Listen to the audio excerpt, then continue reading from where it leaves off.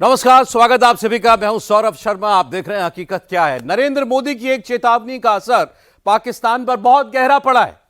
पाकिस्तान की military leadership और पाकिस्तान की पॉलिटिकल लीडरशिप दोनों सदमे में हैं।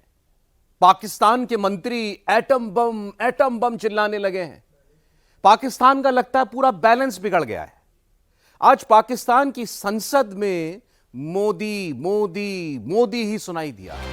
पाकिस्तान का हर नेता, पाकिस्तान का हर मंत्री अपनी सीट से उठता गया और मोदी मोदी करता गया। पाकिस्तान के नेता अपनी संसद में खड़े होकर कह रहे थे कि हिंदुस्तान इतना बड़ा मुल्क है, अगर युद्ध कर दिया तो क्या होगा। और पाकिस्तान की शहबाज सरकार की तरफ से जवाब आता था कि हमारे पास भले ही पीने को पानी ना हो, खाने को खाना ना हो, लेकिन एटम बम तो है। अपने मंत्री की यह बात सुनकर पाकिस्तान की पब्लिक बीच सड़क पर अपने ही हुक्मरानों को ऐसा हकलाता देखकर हंस रही है, अपनी किस्मत पर रो रही है। नरेंद्र मोदी के 5 मिनटों से पूरे पाकिस्तान में घबराहट है। 2 रातों से पाकिस्तान सोया नहीं है, आज तीसरी रात है। इस रिपोर्ट में हम आपको पाकिस्तान का यह बढ़ा हुआ ब्लड प्रेशर नाप के दिखाते हैं। न्यूक्लियर कुव्वत बनाया है, न्यूक्लियर कुव्वत बनाया है, न्यूक्लियर कुव्वत बनाया है, न्यूक्लियर कुव्वत बनाया है।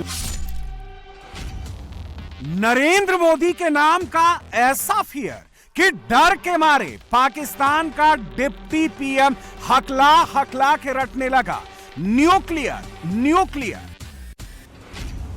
आवाज कांप रही थी, पैर थर थर कांप रहे थे, पसीने छूट रहे थे। एक बार फिर सुनिए। न्यूक्लियर कुव्वत बनाया है, न्यूक्लियर कुव्वत बनाया है, न्यूक्लियर कुव्वत बनाया है, न्यूक्लियर कुव्वत बनाया है। इस्लामाबाद में जबरदस्त टेंशन है और 2 लाइन में मोदी का ही नाम मेंशन है। हिंदुस्तान ने तो अभी अटैक शुरू भी नहीं किया है, पाकिस्तान अभी से रोने लगा है, परमाणु हमले की धमकी देने लगा है, गीदड़ भभकी देने लगा है। अल्लाह ताला ने आपको एक न्यूक्लियर कुव्वत बनाया है, अल्लाह ताला ने पाकिस्तान को एक मिसाइली कुव्वत बनाया है।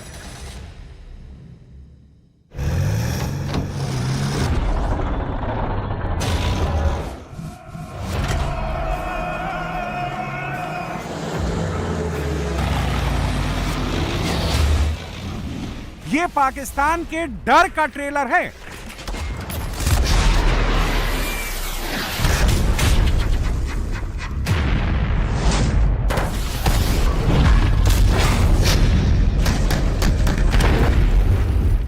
इस्लामाबाद में मोदी के नाम का फियर है और इस फियर की फुल पिक्चर अभी बाकी है।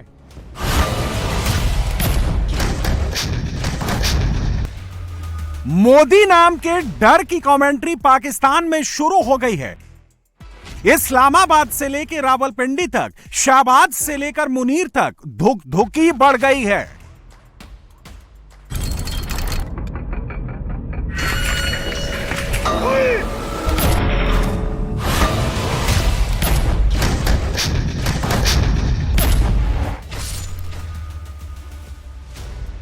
हिंदुस्तान हमला करने वाला है, बड़ा अटैक करने वाला है।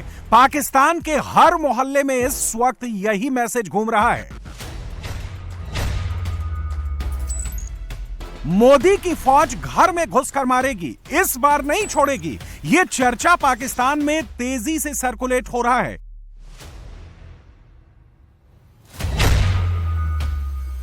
पाकिस्तानी एक्सपर्ट्स की टाइमलाइन पर क्रिटिकल आवर्स वाला टेक्स्ट लिख दिया गया है।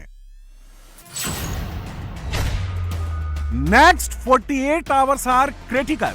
यह मैसेज बता रहा है कि पाकिस्तान कितना डरा, कितना सहमा है।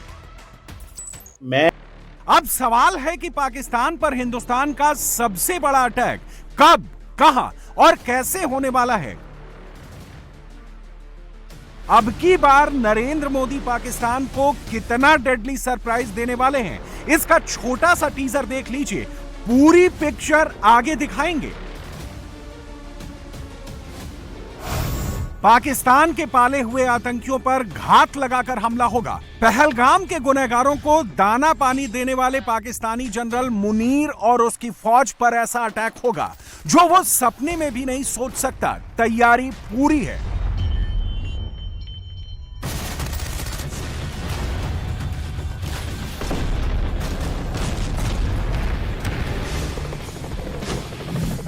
हिंदुस्तान के front line fighter jets, Indian air force के front line pilots, Indian Navy, Indian Army युद्ध के लिए रेडी हैं। पाकिस्तान से टेंशन के बीच इंडियन आर्म्ड फोर्सेस का एक्सरसाइज आक्रमण फुल फोर्स में चल रहा है और अब किसी भी वक्त पाकिस्तान पर सरप्राइज अटैक होने ही वाला है। पाकिस्तान ने अपनी कब्र खोद ली है। शिमला समझौता से अलग होते ही, अग्रीमेंट खत्म करते ही पाकिस्तान ने अपने पैरों पर कुल्हाड़ी मार ली है और पीओके पर डायरेक्ट अटैक करने के लिए पाकिस्तान ने खुद ही भारत को मौका दे दिया है। ऐसा क्यों है, यह समझने से पहले यह देख लीजिए कि भारत के संभावित अटैक ने पाकिस्तानियों को कैसे अभी से पसीना पसीना कर दिया है।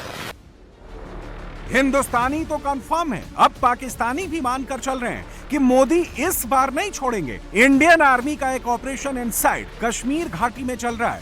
पहलगाम के गुनहगारों को घर में घुस घुस कर ढूंढा जा रहा है। जो जहां छिपा है, जहां मिल रहा है, वहां उसका इलाज हो रहा है। इंडियन आर्म्ड फोर्सेस का दूसरा और सबसे बड़ा ऑपरेशन एलओसी के उस पार होने वाला है। यह एक सरप्राइज अटैक होगा।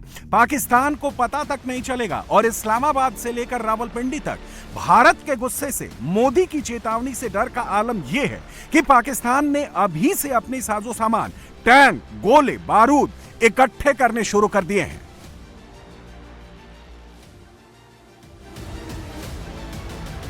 पाकिस्तान का रक्षा मंत्री तो एक एक दिन में कई पाकिस्तानी चैनल पर जाकर यही कह रहा है कि हमें अलर्ट रहना है, हमें सावधान रहना है। मोदी कभी भी किसी भी वक्त पाकिस्तान पर स्ट्राइक का ऑर्डर दे सकता है। गौर से सुनिएगा।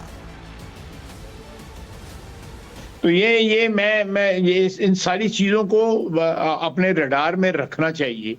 इसमें कोई लैप्स नहीं आना चाहिए।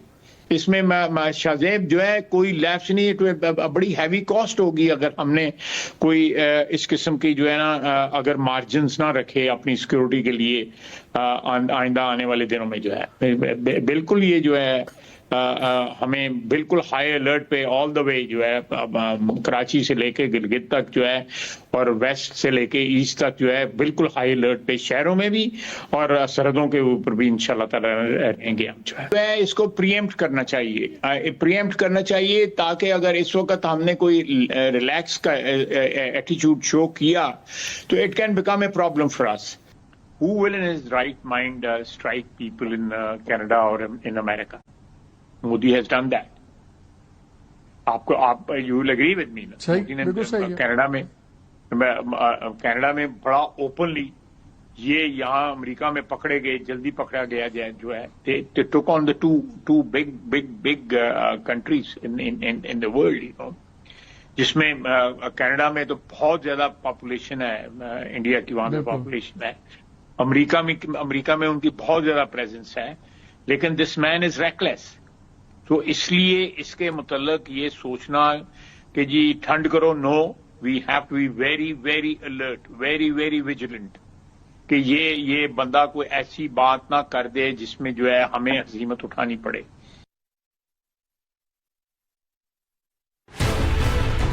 पहलगाम में हुए आतंकवादी हमले के बाद से लेकर अब तक दुनिया के 13 देशों के राष्ट्राध्यक्ष मोदी को फोन मिला चुके हैं। इनमें से ज्यादातर ने साफ साफ कह दिया है कि भारत जो भी कदम उठाएगा वो उस स्टेप का समर्थन करेंगे।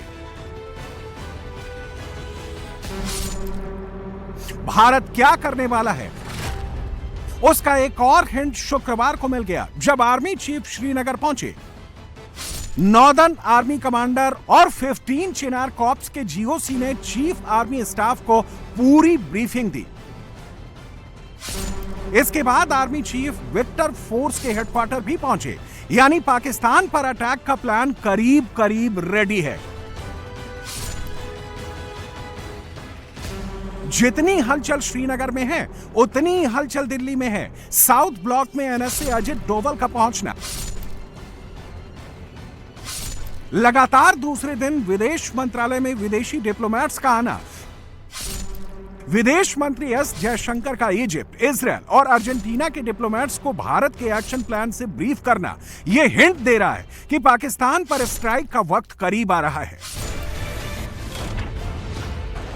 और इन तस्वीरों का डर इंडियन आर्म्ड फोर्सेस को मोदी की तरफ से मिलने वाले ऑल आउट अटैक के ऑर्डर का डर पाकिस्तान में सबके चेहरे पर साफ साफ नजर आ रहा है।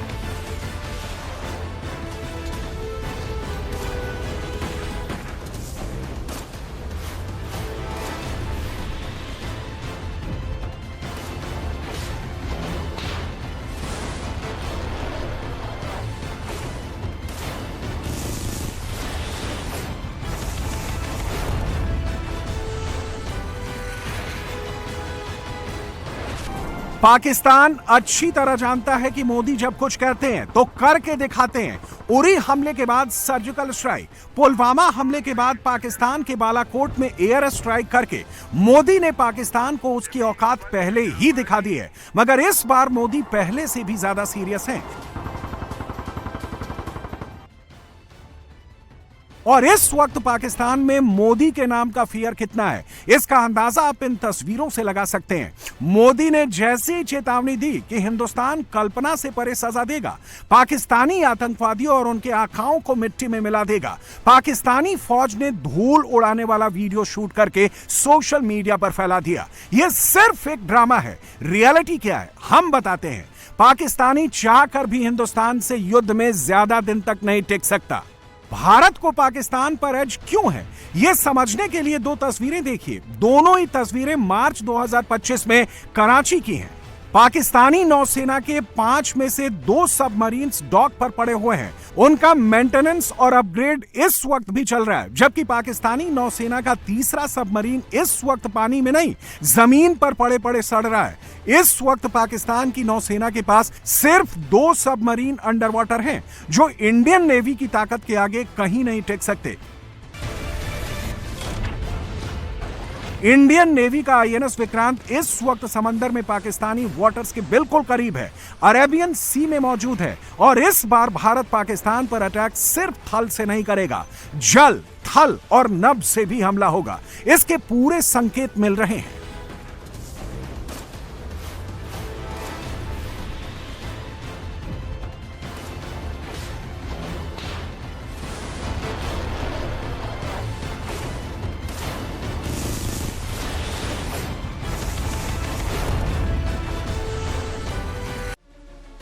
हिंदुस्तान से जंग में संभावित हार के इस डर से अब पाकिस्तान एक नई गीदड़ भभकी देने लगा है। एटम बम गिरा देंगे, न्यूक्लियर अटैक कर देंगे, ये टेप ऑन करके बैठ गया है। पाकिस्तान का रक्षा मंत्री विदेशी चैनल्स पर बैठकर न्यूक्लियर अटैक की धमकी दे रहा है और पाकिस्तान का डिप्टी पीएम इस्लामाबाद में खड़े होकर एटम बम वाली नौटंकी कर रहा है।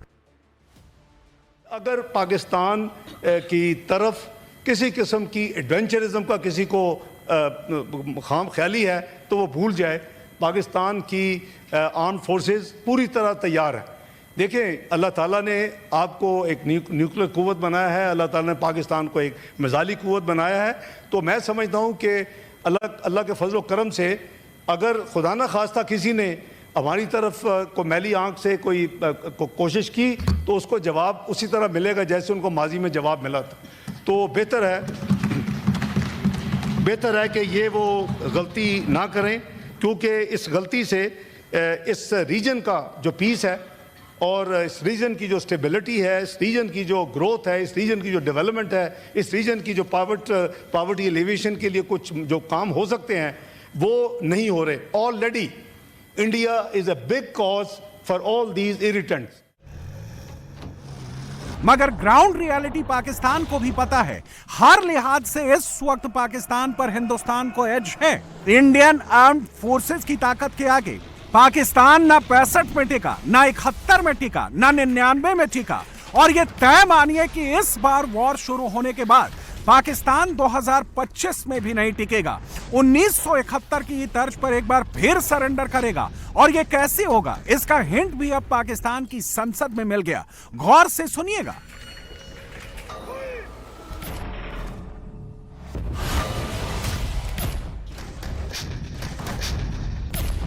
भारत के साथ हमारी जो ताल्लुक है वो पहले दिन से ही उन्होंने हमारे वजूद को नहीं माना, और उन्होंने हमेशा उस ताक में रहे कि किस तरह से पाकिस्तान को नुकसान पहुंचाया जाए, और ये मकसद हासिल करने के लिए वो हर हद तक गए हैं।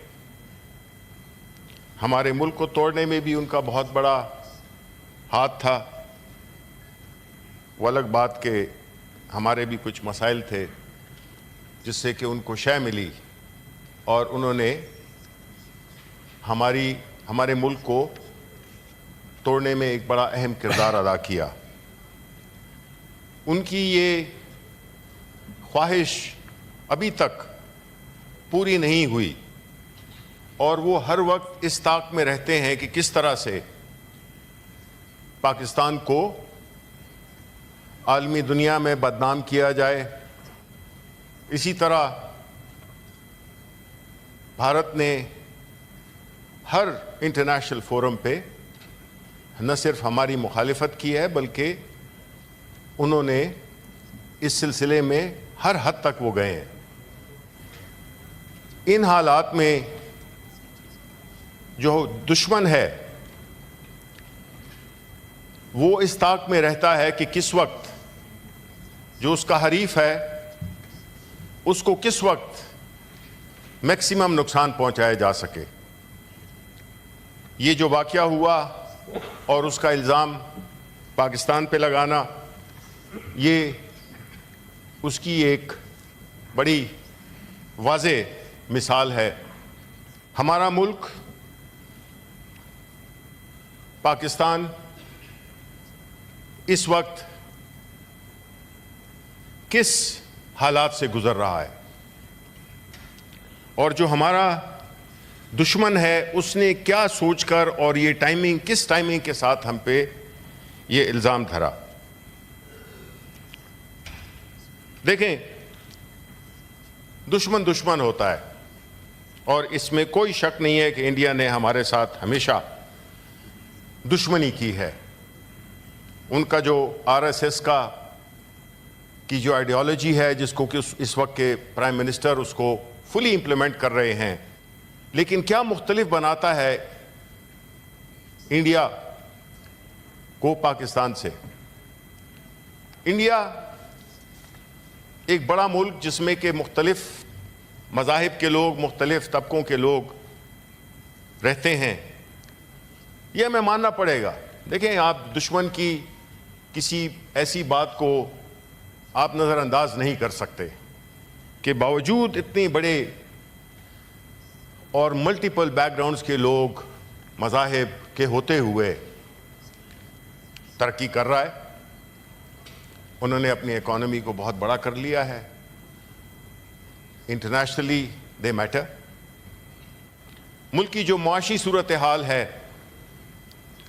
उसमें हम इतने वल्नरेबल हो चुके हैं कि हम न तो इंटरनेशनली हमारी फॉरेन पॉलिसी का कोई नताइज सामने आ रहे हैं। हम 3-4 बिलियन डॉलर के लिए हमारी मईशत उस पर डिपेंड करती है। अगर वो मिले तो ठीक है, हमारा कुछ रोज़ टल जाएंगे, लेकिन हमें इवन इस वाक़ये में हमें कोई इतनी इंटरनेशनल सपोर्ट नहीं मिली, बदकिस्मती से। इस बीच पाकिस्तान ने एक और बड़ी गलती कर दी है, अपने ही पैर पर कुल्हाड़ी मार ली है। पाकिस्तान का रक्षा मंत्री विदेशी चैनल्स पर इंटरव्यू दे देकर खूब डींगे हाँक रहा है, मगर उसने एक ऐसे इंटरव्यू में कबूल कर लिया कि पाकिस्तान तो हमेशा से ही आतंकवादियों को पालता पोसता आया है, और ख्वाजा आसिफ की ये बात अब ग्लोबल लेवल पर पाकिस्तान को बैकफायर करेगी। इस बीच एलओसी पर एक्शन शुरू हो गया है। हिंदुस्तान ने अपनी सेना को फ्री हैंड दे दिया है। हिंदुस्तान के आर्मी चीफ कश्मीर में है। पहलगाम में जहां आतंकवादियों ने हमला किया था, उस स्पॉट को वो एक बार जाकर देखकर आ चुके हैं। हिंदुस्तान की आर्मी की टॉप लीडरशिप की एक मीटिंग हुई। उन्हें क्या करना है, ऑर्डर मिल चुका है, कब करना है यह बताया जा चुका है। अब हिंदुस्तान की सेना यह तय करेगी कि ऑपरेशन कैसे होगा। तारीख उन्हें बता दी गई है, उसका स्केल भी बता दिया गया है, बस कैसे करना है यह तय होगा। और इस बार सिर्फ आर्मी नहीं, एयरफोर्स भी अलर्ट पर है। एयरफोर्स के फाइटर जेट्स राउंड कर लगा रहे हैं। राफेल तैनात हो चुका है। नेवी के डिस्ट्रॉयर समंदर में पहरेदारी कर रहे हैं। मतलब सारे ऑप्शंस खुले हैं। और जब मैं आपसे कह रहा हूं सारे ऑप्शंस, मतलब सारे ऑप्शंस। इस बार हिंदुस्तान की तरफ से एक्शन कुछ ऐसा होगा जो पाकिस्तान ने कभी सोचा भी नहीं होगा। और इसीलिए नरेंद्र मोदी ने कहा था, कल्पना से परे, न भूतो न भविष्यति। आज पहली झलक दिख चुकी है। उस एक्शन का पहला टीजर हम आपको दिखाने जा रहे हैं।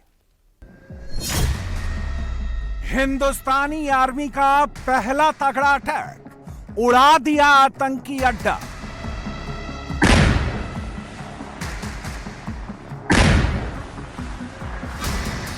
ये तस्वीर आप देख सकते हैं, यह आदिल ठाकुर के घर की तस्वीर है। 2 मंजिला ये मकान है। ये आप देख सकते हैं कि ताश के पत्तों की तरह ये घर जो है पूरी तरह से ज़मीन बोस हो चुका है। डबल स्टोरी ये मकान है और यहाँ पर घर का जो पूरा सामान जो है वो आपको यहाँ पर बिखरा हुआ दिखाई देगा।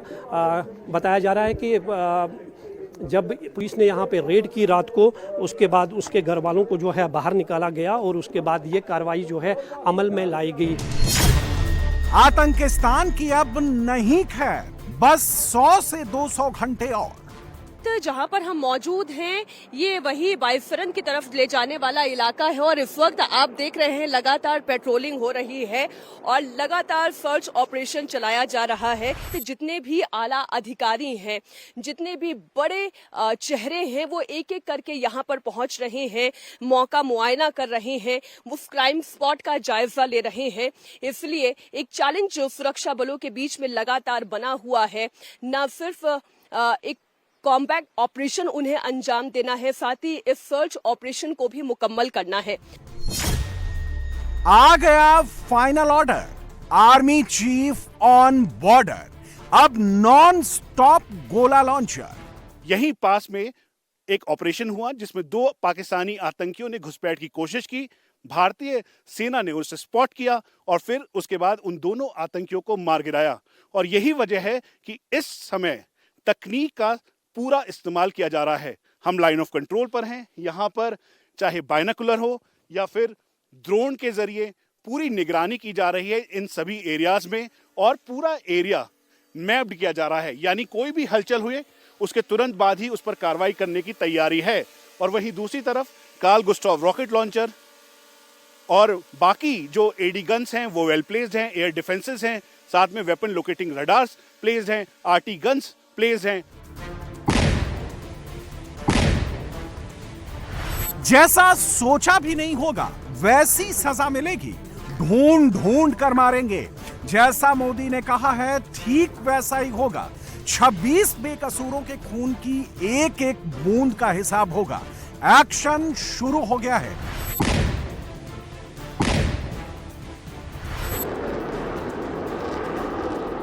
इंडियन एयरफोर्स, इंडियन आर्मी और नेवी अलर्ट पर है। खुद आर्मी चीफ फ्रंट लाइन पर हैं। समंदर से घेराबंदी कर दी गई है। फाइटर जेट बॉर्डर पर गरज रहे हैं। मिसाइल्स लॉक हो गई हैं। बस ग्रीन सिग्नल का इंतजार है। जिसने 26 को मारा वो सब मारे जाएंगे। जिसने दहशतगर्दों को जगह दी वो भी मारा जाएगा। जिसने रेकी में मदद की वो भी मारा जाएगा। जिसने आतंकियों को भेजा वो भी तौबा तौबा चिल्लाएगा। इस बार हिंदुस्तान के कहर से कोई दहशतगर्द बच नहीं पाएगा। यह कोई हवाबाजी नहीं है, हकीकत है और यह इंतकाम का पहला ट्रेलर है। पहलगाम के हत्यारे आसिफ शेख का यह घर है। इसने भी 26 बेकसूरों पर बैसरन में गोलियां चलाई थी। अब उसका हिसाब हो गया है। आतंकी आसिफ शेख के घर को उड़ा दिया गया है। शेख आसिफ का ये घर है, यह आप देख सकते हैं ताश के पत्तों की तरह जो है ये ज़मीन बोस हो चुका है। मेरे दाएं साइड में और बाएं साइड में अगर नज़र आप दौड़ाएंगे तो आप देख सकते हैं कि किस तरह से सुरक्षा बलों ने मिलिटेंटों के ख़िलाफ़ बड़े पैमाने पर ऑपरेशंस शुरू किए हैं, खासकर उन मिलिटेंटों के ख़िलाफ़ जो पहलगाम हमले में आरोपी है।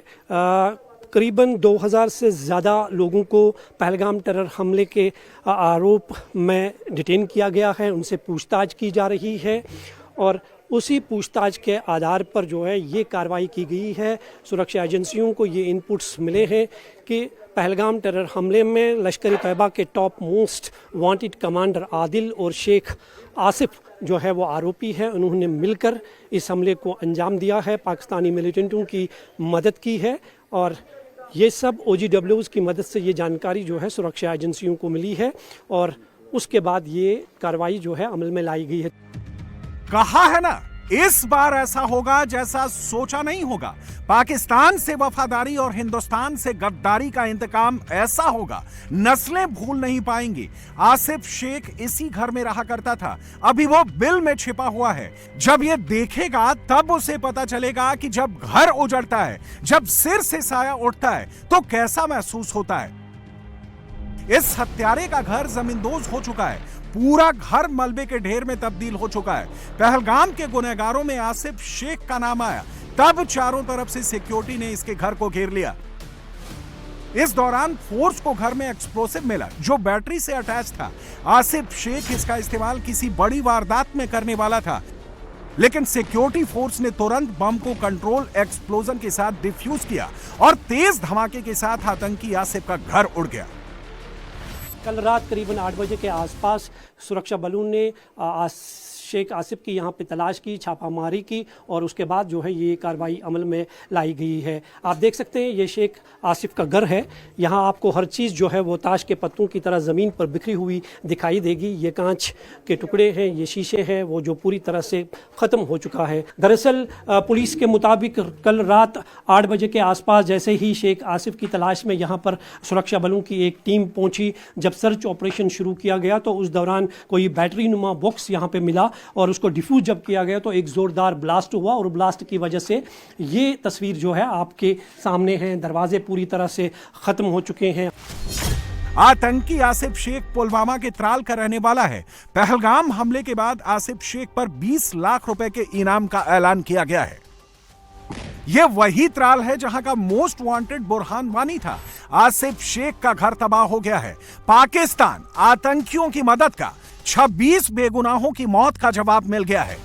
को बताया कुछ आसिफ के बारे में? आसिफ कुछ हमें आसिफ के बारे में कुछ नहीं पता है। जाके आसिफ दहशतगर्द है, जाके बताइए खुद ही, उनको ढूंढे कहीं से, क्या करना है उनके साथ। अच्छा, जो कुछ पहलगाम में हुआ है आपको कैसे? हमें क्या पता, हम तो सिविलियन है, हमें क्या लेना देना है उस हादसे से। हाँ, हमदर्दी है, अब वहाँ से हमारे बहने थे, लेकिन जिसने किया जाके ढूंढे।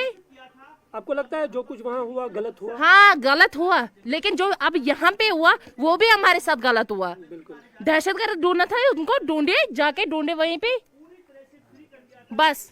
आपको लगता है कि आपके भाई का जो नाम सामने आ रहा है, आपको लगता है कि वो आरोपी है? अगर वो आरोपी है तो आरोपी अगर है, गवर्नमेंट खुद उसको जवाब देगा। आप चाहते हैं कि उसको भी फिर सजा मिलनी चाहिए? अगर मिलेगी, जब उसने किया होगा मिलेगी सजा। एक आतंकी का घर टूट गया तो गुस्सा आ गया, एक घर की दीवारें उड़ गई तो खराब लग रहा है। 26 बेगुनाहों का परिवार उजड़ गया, किसी का बाप मर गया, किसी का सुहाग उजड़ गया, वो भी गुस्से में है। आसिफ शेख जब आतंकवादी बन गया तब क्यों नहीं गुस्सा आया? सवाल ये है कि अभी तो कुछ नहीं है, अभी तो ये शुरुआत है। हिंदुस्तान का एक एक दुश्मन जहन्नुम में जाएगा, बदला ऐसे ही लिया जाएगा। अब तो फाइनल हिसाब होगा। ये अनंतनाग का बिजबेहरा इलाका है। ये पहलगाम के गुनहगार नंबर 2 आदिल ठाकुर का घर है। 26 लोगों के सिर से साया हटाया। अब हिंदुस्तान की फौज ने आदिल ठाकुर के घर को तबाह कर दिया है। लश्कर आतंकी आदिल हुसैन ठाकुर ये वही दहशतगर्द है जिसने पहलगाम में 26 टूरिस्टों से पूछा था धर्म क्या है तुम्हारा, हिंदू बताया तो सिर में गोली मार दी। क्या किया उन सब ने, अमन चैन हो गया है। यही सुनकर तो कश्मीर परिवार के साथ घूमने गए थे, कश्मीरियत देखने आए थे, लेकिन किया क्या, निहत्थों को बेदर्दी से मार दिया। लेकिन आदिल जहां भी होगा बच नहीं पाएगा, मारा जाएगा, ये तो तय है। उससे पहले हर निशानी को तबाह किया जाएगा। तस्वीर आप देख सकते हैं, यह आदिल ठाकुर के घर की तस्वीर है। 2 मंजिला ये मकान है और ये पूरी तरह से ज़मीन बोझ हो गया है।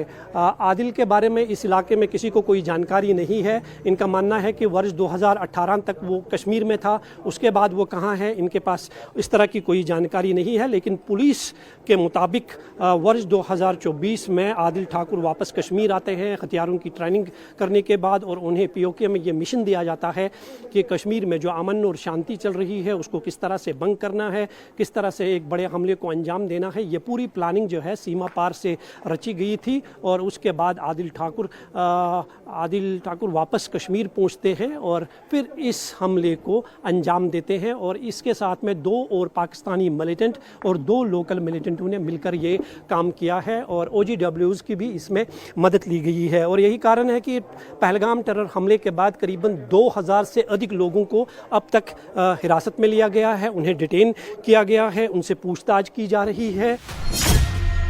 आतंकवादी आदिल ठाकुर अनंतनाग के बिजबेहरा का रहने वाला है। आतंकी आदिल ने पोस्ट ग्रेजुएशन किया है और पहले शिक्षक के तौर पर काम करता था। वो अक्सर सिक्योरिटी फोर्सेस के हाथों मारे गए आतंकियों के जनाजे में शामिल होता था। बताया जाता है कि 2018 में ठोकेर वाघा अटारी बॉर्डर पार कर पाकिस्तान चला गया, जहां उसने टेररिस्ट ट्रेनिंग ली। आदिल ठोकेर लश्कर तैयबा से जुड़ा हुआ है और TRF की टारगेटेड किलिंग टीम का हिस्सा है। घर उजड़ गया है।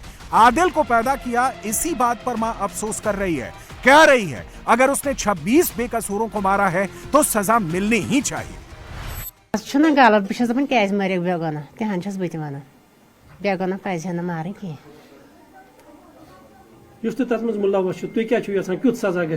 ना तमिस गो बहुत सजा दिन यम कोर तमिस ती ती कर। पहलगाम में जो हुआ उससे एक एक कश्मीरी अवाक है और जिसने ये सुना कि आदिल ने ऐसा किया है उसका असर कश्मीर पर क्या होने वाला है उसका असर सब जान रहे हैं। को 8 बजे सिक्योरिटी फोर्सेस यहाँ पे आई, उन्होंने बोला कि आप अपने मकान खाली कर दो। इनको भी बोला कि मकान खाली कर दो, पड़ोसियों को भी बोला यही, फिर 100 मीटर के फासले के आप बाहर जाइए। तो उसके बाद 12:30 बजे के करीब एक ब्लास्ट हो गया था। जब हम सुबह फिर वापस आए तो देखा कि ये पूरा मकान बिखरा पड़ा था। तो आदिल कब से यहाँ नहीं है, कुछ जानकारी है? लास्ट मुलाकात कब हुई थी? जी, जब हम बचपन में इनको जानते हैं, हमें इतना पता है कि इस घर में उसने जन्म लिया है। इसमें उनके 2 भाई और भी रहते, माँ बाप भी रहता है इस घर में। तो वो दोनों भी डिटेन है और बाप भी डिटेन है। तो आदिल 2018 के बाद यहाँ किसी ने उसको नहीं देखा है।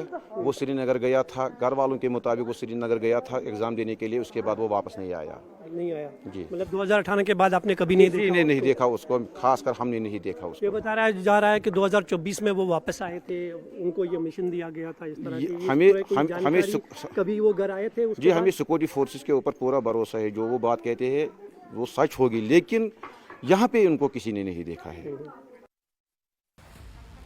हिंदुस्तान करने जा रहा है, ये सोच सोच कर पाकिस्तान थर्रा रहा है। हिंदुस्तान ने पूरी दुनिया को मैसेज दे दिया है, इस बार जब पाकिस्तान का हिसाब होगा तो बीच में कोई नहीं होगा। पाकिस्तान होगा और हिंदुस्तान होगा। इंतकाम ऑन द स्पॉट होगा। फ्रंट लाइन पर आर्मी चीफ पहुंच चुके हैं और जो तस्वीरें आ रही हैं, समझने वाले समझ रहे हैं भारत में क्या हो रहा है और भारत क्या करने जा रहा है। पहलगाम में दहशतगर्द जिस धर्म का नाम पूछकर गोली मार रहे थे, army chief general Upendra Dwivedi के पीछे जो तस्वीर देख रही है ना, ये उसी धर्म का प्राण है। दुनिया के सबसे बड़े युद्ध महाभारत में जीत का मंत्र छिपा है। कैसे चक्रव्यूह भेद कर धर्म युद्ध में विजय पाई गई थी। अब युद्ध की बारी है तो गीता के उसी मंत्र के साथ रण क्षेत्र में उतरने की तैयारी है। पाकिस्तान में बैठे आतंक के आकाओं, गीता के इस मंत्र को ध्यान से देख लो। उसका अंग्रेजी का तर्जुमा है, O Lord, behold my chariot. Courage and tenacity are its wheels. Truth and character its flags. मतलब अब सेना तैयार है, पहलगाम के पापियों का अंत निश्चित है। दरअसल आर्मी चीफ अपने टॉप कमांडरों से बात करने के बाद श्रीनगर में जम्मू कश्मीर के उपराज्यपाल मनोज सिन्हा से मिलने पहुंचे थे। इस दौरान army chief general Upendra Dwivedi के साथ नॉर्दर्न कमांड के GOC lieutenant MV Suchindra Kumar, army के deputy chief general Prateek Sharma और 15वीं कोर के लेफ्टिनेंट जनरल प्रशांत श्रीवास्तव भी मौजूद थे। उपराज्यपाल ने आतंकियों के खात्मे और जम्मू कश्मीर की सिक्योरिटी को लेकर आर्मी चीफ से बात की। साथ ही उपराज्यपाल से आगे की रणनीति को लेकर भी चर्चा हुई। तैयारी हो चुकी है, फौज तैयार है, कब और कैसे प्रहार करना है, ऑर्डर का इंतजार है। भारतीय सेना ने मजबूत कर रखी है और वहीं इंटरनेशनल बॉर्डर पर आईबी के ऊपर बॉर्डर सिक्योरिटी फोर्स ने भी मुस्तैदी के साथ सर्विलांस इक्विप्ड कर रखा है। हम आपको बता दें कि जिस जगह पर हम मौजूद हैं, ये कश्मीर का लाइन ऑफ कंट्रोल का उरी सेक्टर है। 343 किलोमीटर का लाइन ऑफ कंट्रोल कश्मीर के अंदर है। 243 किलोमीटर का पुंछ से लेकर अखनूर तक का एरिया जम्मू रीजन में पड़ता है और फिर उसके बाद करीबन 209 किलोमीटर अखनूर से लेकर लखनपुर बॉर्डर यानी पंजाब के बॉर्डर तक का इंटरनेशनल बॉर्डर है। इस समय मल्टीपल ऑपरेशंस जारी हैं। हम आपको यह भी बता दें कि नाइट विजन डिवाइसेस और उसके अलावा मॉडर्न इक्विपमेंट्स का इस्तेमाल किया जा रहा है। ये लाइन ऑफ कंट्रोल की फेंस है जो कि बेहद आधुनिक है। इस पे कई सर्विलांस इक्विपमेंट, कैमरेज प्लेस किए गए हैं। इसके आगे भी 0 पॉइंट है जहां पर भारतीय सेना की मुस्तैदी के साथ वहां पर डिप्लॉयमेंट है। सुरक्षा कारणों से हम आपको ये नहीं बता सकते। उसके साथ साथ क्योंकि यहां पर कई ऐसे एरियाज हैं जहां पर अभी भी बर्फ है। ठीक सामने आप देखेंगे तो बर्फ की चादर है। तो जो टॉप पोजीशंस है जहां पर हाइट करीबन 15,000 और 16,000 फीट पर है, वहां पर बर्फ की मोटी परतें हैं। इसी वजह से इन रस्सियों का इस्तेमाल किया जा रहा है ताकि कहीं से भी जो जवान ऊपर पेट्रोलिंग के लिए जा रहा है, डिप्लॉयमेंट के तौर पर वहां पर है, तो इन रस्सियों के साथ वो आगे की तरफ चल सके। और इसीलिए हमने ये तय किया कि हम आपको सीधा लाइन ऑफ कंट्रोल से एक्चुअल पोजीशन दिखाएं। एंटी इन्फिल्ट्रेशन ग्रिड यानी जो नॉर्थ कश्मीर का पूरा एरिया है एलओसी से कनेक्टेड, वहां पर हर जगह ऑपरेशन किया जा रहा है। आज भी बांदीपुरा में ऑपरेशन हो रहा है। कुलगांव में जो टेरर हाइडआउट से उनको बर्स्ट किया गया है और इसीलिए अब पहलगांव के दुश्मनों से लोहा लेने के लिए भारतीय सेना, जम्मू कश्मीर पुलिस और सीआरपीएफ तैनात है। हर फ्रंट पर हिंदुस्तान की सेना और कश्मीर की पुलिस पहुंच गई है। पहलगाम के हत्यारे जहां भी होंगे उन्हें ढूंढ कर मारा जाएगा। एक्शन किस लेवल पर चल रहा है, इसी बात से अंदाजा लगा सकते हैं कि बांदीपुरा में पिछले 48 घंटे से मुठभेड़ चल रही है। लश्कर के 3-4 आतंकियों की सूचना मिली थी जिसमें लश्कर का टॉप कमांडर अल्ताफ लाली मार गिराया गया। इस ऑपरेशन में सेना के 2 जवान भी घायल हुए हैं। एक बात तो तय है, पहलगाम के पापियों का अंत अब होकर रहेगा। और इस वक्त की बड़ी खबर मैं आपको दे दूं, मिसाइल डेवलपमेंट के फील्ड में भारत को आज एक बड़ी कामयाबी मिली है। Next generation station hypersonic missile के क्षेत्र में भारत ने आज स्क्रैमजेट इंजन का टेस्ट किया है। स्क्रैमजेट इंजन का आज ग्राउंड टेस्ट किया गया। हाइपरसोनिक वेपन टेक्नोलॉजी के डेवलपमेंट की फील्ड में स्क्रैमजेट इंजन का ग्राउंड टेस्ट महत्वपूर्ण माना जाता है। करीब 1000 सेकंड तक इसका टेस्ट हुआ। Defence research and development laboratory ने पहली बार इतनी लंबी अवधि के लिए एक्टिव कूल्ड स्क्रैमजेट इंजन का ग्राउंड टेस्ट किया। यह परीक्षण हैदराबाद के scramjet connect test facility centre में किया गया। इस टेस्ट के साथ ही भारत अब अमेरिका, रूस, चीन जैसे उन देशों में शुमार हो गया है जिन्होंने स्क्रैमजेट इंजन का सफलतापूर्वक परीक्षण किया है।